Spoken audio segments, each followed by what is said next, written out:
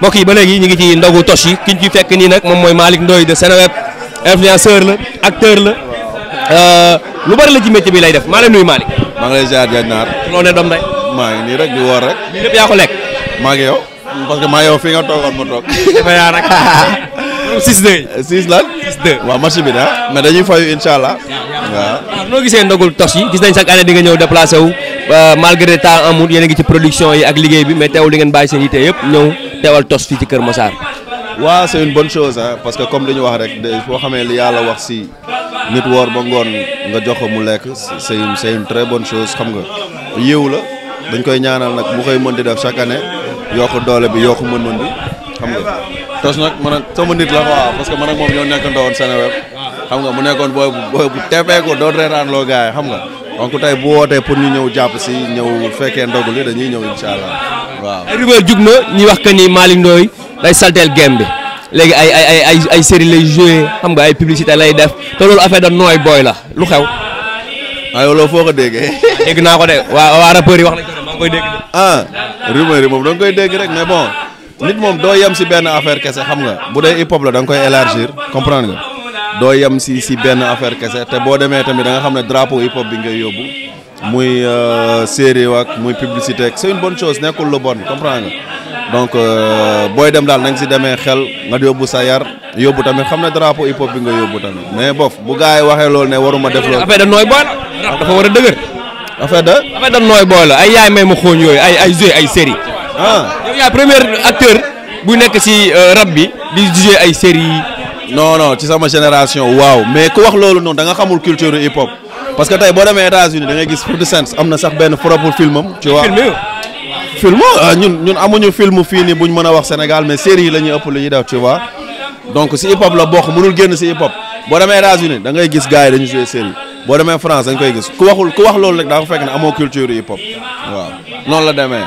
yaa ngi Marodi naka la collaboration bi demee ba ñu woo la ci projet.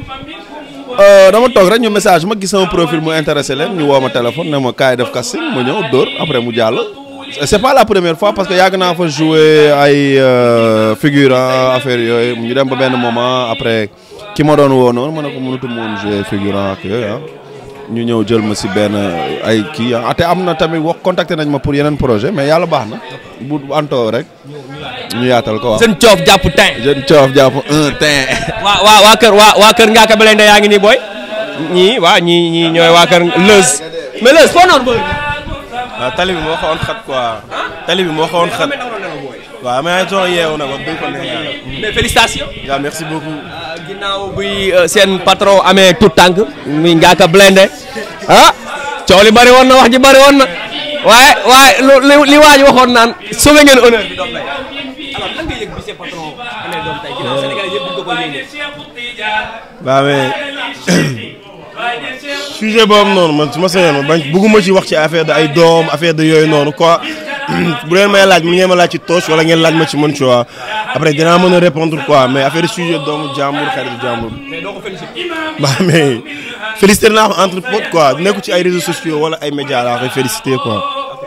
donc parce que am na ñii ne amut donc boo jëlee ne doo ci wax rek gars yi dañuy jël ni rumeur amut alors lan mooy sa relation Toch ba mu jaral la nga bàyyi sa yite yëpp tey ñëw teewal ko hormis ni ngeen jàppee ni yaa ngi doog a yeewu ñëw tey ban relation la bon Toch c'est un frère sama frère la après frère mbokk feeñ tu vois sama gayen la depuis des années depuis Virginie lañ xamante mais après am na yeneen affaire yu ñu séq yoo xamante ni tey jii nii moo waral lu mu woote damay déplacé wu ñëw en fait ah bon dara xew na dara dañoo nekk suñu coin rek nekk si yeneen affaire yoo xamante ni peut-être moo ëpp importance quoi waaw. du wax jàmm quoi boy. kii kat damaa tiital. waaw xam li muy laaj. alors gars yi Moustapha Nayel la ñu toogal nii parmi les meilleurs artistes ci génération donc di doon doomu Tëngéej it yi mu génn yëpp sénégalais yi bëgg ko ñu fekk tey ci ndogu Toch yi nga xam ne ji moom la mon frère maa ngi lay nuyu. maa ngi lay big up mon frère. waaye sant naa bu wér alhamdulilah. ni mu bëree yéen artistes yi nga bàyyi yite yëpp ñëwal sa xarit luy loolu. waaw nag loolu soo ko gisee da di Toch dafa nekk sama waay nekk sama xarit nekk koo xamante ne du ma réeroo ak moom mën na ni toog parfois du ñu gëj a déggante waaye bu ñu déggantee mel ni parce que yitte yee ba xaw a bari waaye nag su xewlee organiser ay ndogu ci weeru koor gi nga xamante ne activité daanaka du bari kon yoon la ñu ñëwal ko ndax moom day sama waay man ak moom ba Paris man ak moom ba fu nekk kon nag su ma ko ñëwalee war naa mën a nekk waaw. Moustapha ku ko wax Prince Art wax Sen Petit Gallé produit Prince Art nga actuellement loo génn Prince Art neex na sénégalais yi ba ci Joli Cœur ñu dégg ay rumeur que ni Moustapha dafa arrêté collaboration ak waa Prince Art loolu dëgg la wala. non gars yi ñooy wax rek xam nga sénégalais yi moom d'habitude dañuy wax lu nga xamante ne wóoru leen ay nag nit ki en personne yow xam nga li am sa diggante ak nit ñi et man nag moom Prince Art sama kër la Tata Ngoné suma yaay la équipe Prince Art yëpp man daanaka biir Prince Art laa bokk kon ay rumeur la rek man maa ngi biir Prince Art ba tey waaw. yaa ngi Prince ba léegi. maa ngi biir Prince Art ba tey waaw. ce choix wu awu Momo Dieng yow yaa ko choisir wala waa Prince Art ñoo la proposé. waaw d'une part mën naa ni man maa ko choisir d'autre part Prince Art ñoo ko choisir parce que tey jii nii ñun du ñu def lu Prince Art yëgul et tey jii nii nag bu ñu demee ba nekk ci ginnaaw Momo di ko aw sag la ci ñun et que day yokk tamit benn expérience bi parce que Momo ndaanaan la et boo xoolee Ndobin Groove daanaka ñi fa nekk ñëpp ay professionnels lañ kon nekk seen biir am na lu mu lay yokk tuuti et man xam naa ci dara waaw. am loo fay rootee. dafa am lu ma fay. fay rootee foofu. bu baax parce que tey jii nii nit yow sa mën-mën kese wala yow li nga am yow kese doy la parce que tey jii nii boo boolee li Moustapha am boole li Momo am boole li Wally am boole li keneen ak keneen ak keneen am maanaam tey jii nii yow da ngay xaw a gagner plus parce que di nga boole li nga am ak li ñeneen ñi am et nit jàng du doy te nit foo xam ne war nga fa mën a dem boo fa demee am loo fa jëlee loo nga xamante ne dara yokk tuuti rek je pense nga ko war a def waaye.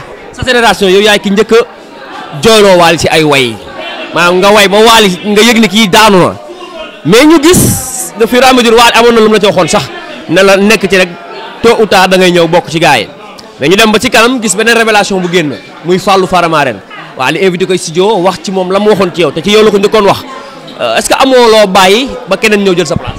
non du question de bàyyi mais dama ni Wally ku am cër la ci musique Sénégal et tamit day jàppale jeune talent yëpp et bu ma jàppalee wala mu xëcc ma ci boppam wala mu xëcc Fallou ci boppam wala mu xëcc beneen jeune talent ci boppam mel na ni man la ko defal parce que ñun boo xoolee art dafa nekk loo xamante ne bu boolewul walul xaajale parce que sëgam tuxkati cigarette yi sax ñooy bokk mégo waxuma laa ñun ñi nga xamante ne micro bii moo ñu boole kon loolu acte bu rafet la acte bu rafet la vraiment. nee na ko star force.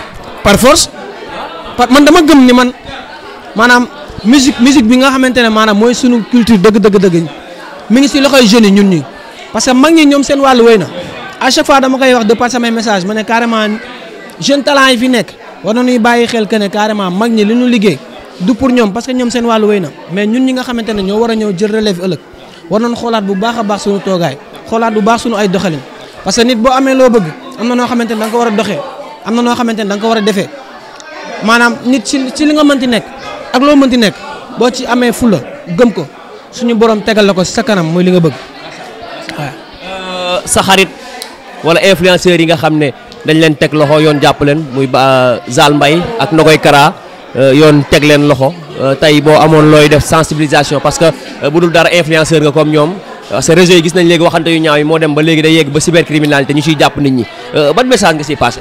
waaw di wax que ne nañu bàyyi xel que ne ñun ñëpp ay ndaw lan et ñun ñëpp ay sénégalais lañ te maanaam ñun ñëpp ñoo bokk lu ñuy def waykat beeg influenceur beeg tiktokeur beeg fecckat beeg ñun ñëpp maanaam ñoo bokk même milieu bu ñuy dund kon je pense que ne war na mën a gën a rafet ba wax ju ñaaw du ci am ba yoon di ci teg loxo nit mais damay ñaan nag ñoom ñi nga xamante ne ñoom la yoon teg si ñoom loxo yàlla na leen fa gaaw jëlee yàlla nañ fa gaaw génne parce que kaso nit du ko yéene nit ko la yéene kaso rek sa noonu la et may lancer wàlle benn message aussi nañuy bàyyi xel que ne wax ju ñaaw xaju suñu biir parce que réseau yi boo xoolee ñun ñëpp benn lañ bien vrai que xamantew ñu mënantew ñu waaye daanaka ñoo bokk même liggéey bi kon war na mën a gën a rafet ba wax ju ñaaw du fa am kenn du waxal sa morom lu ñaaw dinañ seq jàmm te ku nekk yoon wi nga nekk di nga ko doxal ci ni mu walee waaw. kontaan nañ doon day. maa gën a bëgg mon frère. yaa ngi waaj dara.